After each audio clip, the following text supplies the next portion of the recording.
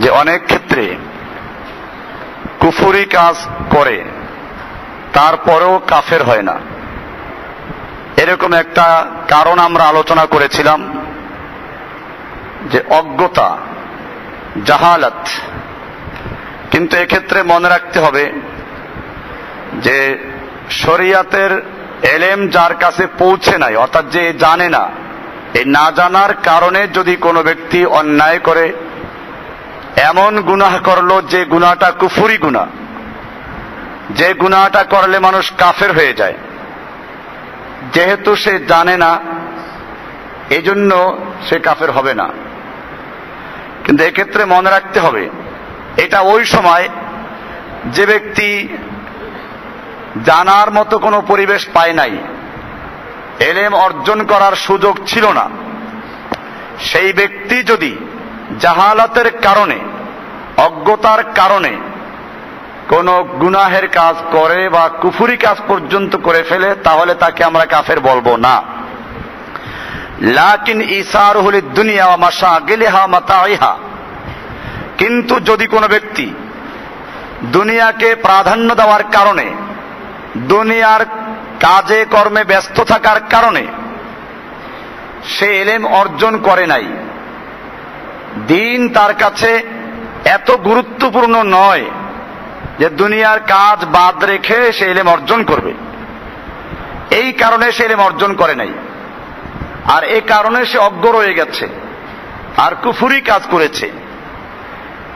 এরকম ব্যক্তি কুফরি করলে আর আপনি বলবেন যে সে জানে না সেই জন্য পার পেয়ে যাবে, তা হবে না। বরং এই লোকগুলো হচ্ছে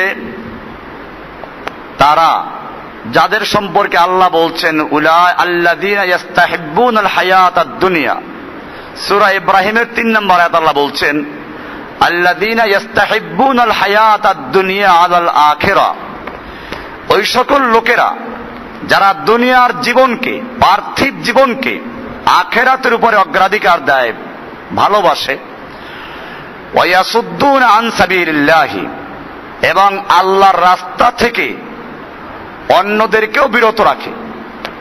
নিজেও ইলমি দিন অর্জন করে নাই, নিজের সন্তানদেরকেও দ্বীনি ইলম শিক্ষা দেয় নাই, বরং সন্তানদেরকে ভর্তি করাইছে কোথায়? খ্রিস্টান মিশনারি স্কুলে, ড্যামনটরে, আর নইলে জোসেফ স্কুলে। আর এরপরে কি করে?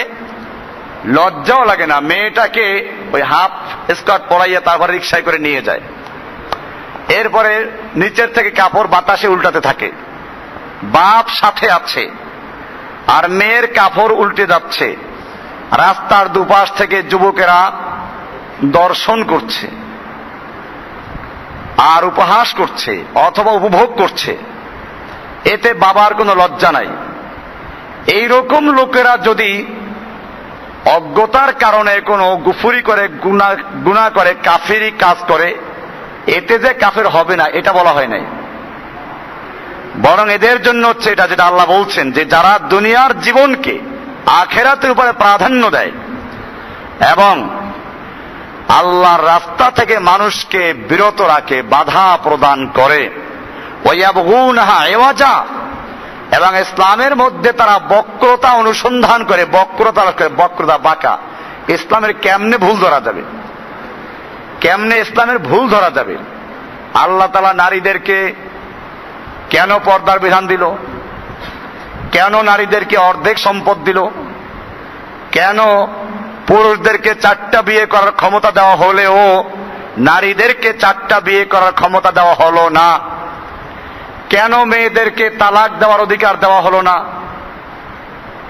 এরকম ভাবে কেন কেন যত আছে আল্লাহ বলছেন ওয়ায়াবগুনাহা ইওয়াজা, যারা বক্রতা তালাশ করে, ওদের মনের মধ্যেই বাঁকা আছে।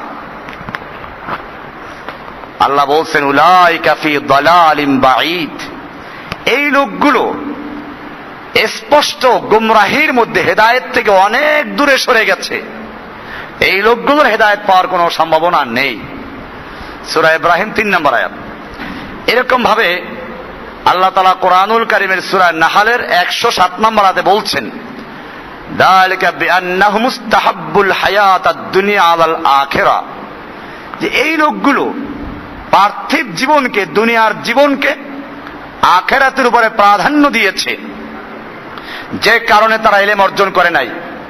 কোরআন হাদিসের ইলম অর্জন করতে গেলে সময় নষ্ট হবে, দোকানে ব্যবসা কম হয়ে যাবে, এই রকম ভাবে চাকরিতে সময় দেয় না, ওভারটাইম করার সুযোগ পায়। যদি বলা হয় যে 2 ঘন্টা ডিউটি বেশি করলে 500 টাকা বেশি পাইবা, তাহলে যত কষ্টই হোক এটা করবে কিনা? তাহলে দুনিয়ায় 8 ঘন্টা ডিউটি করলো, এই 8 ঘন্টার পরে আবার 500 টাকা বেশি বোনাস পাওয়ার জন্য 2 ঘন্টা আবার ওভারটাইম করতে রাজি হলো, কারণ নগদ 500 টাকা পাবে। আর এই লোকটাই যখন বলা হয় একটা হাদিস, একটা মাসআলা শিক্ষা করা, একবার সুবহানাল্লাহ বলা, এর মধ্যে এরকম যখন শিক্ষা করার জন্য ফজিলত বয়ান করা হয়, তখন লোকটার কাছে এটা কোনো মূল্য নাই, এটার জন্য সময় নাই। তাহলে এই লোকটা যদি বলে আমি জানি না, না জেনে করে ফেলেছি, কুফরি কাজ করেছে, এই লোকটাকে যদি এখন কেউ অসহায় কোন মিসকিন আলেম বলে লোকটা না জেনে করেছে সেই জন্য সে কাফের না, এটা বলা যাবে? এই জন্য মনে রাখতে হবে, আমরা এটা পিছনে আলোচনা করেছি যে অজ্ঞতা একটা কারণ, সেটা ওই ব্যক্তির জন্য যে অজ্ঞতা দূর করার মতো তার ব্যবস্থা ছিল না, জানার মতো ইলম ছিল না। এখন জানার জন্য কত মাধ্যম, এখন ফোন করে মাসলা জিজ্ঞেস করা যায়। আর আল্লাহর বান্দারা এত